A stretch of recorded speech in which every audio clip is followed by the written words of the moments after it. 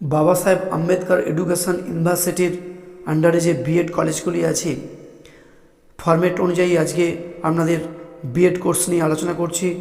তার আগে বলি, আমার বিএডের semester 1, semester 2, semester 3, semester 4 practicum বই আছে। সেই প্র্যাকটিকাম বইগুলি আপনারা অবশ্যই কলেজটির থেকে পেয়ে যাবেন। তার সঙ্গে বলি, আপনারা অনেকেই ভিডিওর পিডিএফ নিতে চান, তাদের ক্ষেত্রে বলি, এই ভিডিওটির পিডিএফ ফাইল ডেসক্রিপশান বক্সে দেওয়া রয়েছে। পিডিএফ ফাইলটির পাসওয়ার্ড ভিডিওর মধ্যে রয়েছে, আপনারা ভিডিওটি দেখুন। আজকে বিএডের একটি প্র্যাকটিকাম নিয়ে আলোচনা করছি। বাংলা বিষয়ের শিখন নকশা। ফরম্যাট অনুযায়ী বাঁধিয়ে থাকছে বিদ্যালয়ের নাম, শ্রেণী অষ্টম, বিভাগ ক, সময়সীমা 40 মিনিট, তারিখ, শিক্ষক বা শিক্ষার নাম, ডান দিয়ে থাকছে বাংলা, একক হচ্ছে পরবাসী বিষ্ণুদে, দিনের পাঠ হচ্ছে সমগ্র একক।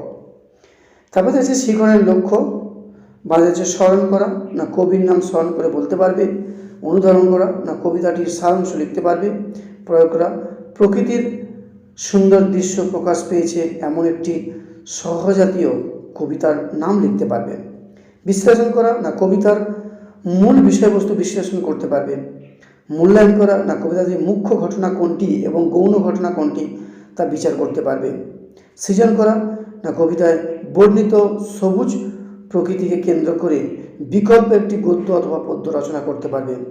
তারপরে আছে পাঠের প্রেক্ষিতে শিক্ষার্থী বিশ্লেষণ। এখানে কয়েকটি প্রশ্ন থাকবে, যেমন বনের মধ্যে কোন পশু পাখি থাকে। তারপরে আছে শিখন কৌশল। তার আগে বলি, শিখন কৌশলের আগে শিখন সহায়ক কিছু উপকরণ থাকবে, যেমন হচ্ছে সাধারণ উপকরণ, চক, ডাস্টার, বিশেষ উপকরণ, চার্ট, চিত্র, মডেল। তারপরে যে শিখন কৌশল, বাঁ দিয়ে থাকছে শিখন কেন্দ্র, ডান দিয়ে থাকছে প্রাসঙ্গিক কৌশল।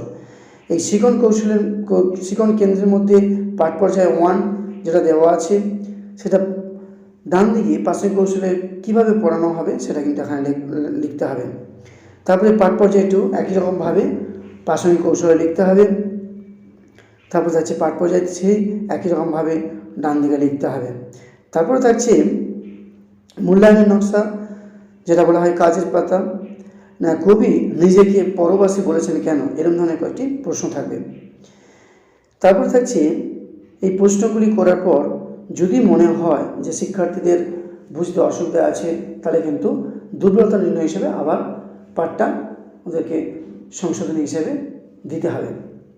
শেষে বলি, এই প্র্যাকটিকামটি করার সময় যদি আপনাদের শিক্ষক বা শিক্ষামশাই যেভাবে কাজটি করাবেন, অবশ্যই ওনাদের সাহায্য নিয়ে সেভাবে কিন্তু কাজটি করবেন। আমার প্র্যাকটিকামটি হয়তো আপনাদের সাহায্য হিসেবে আপনারা নিতে পারবেন।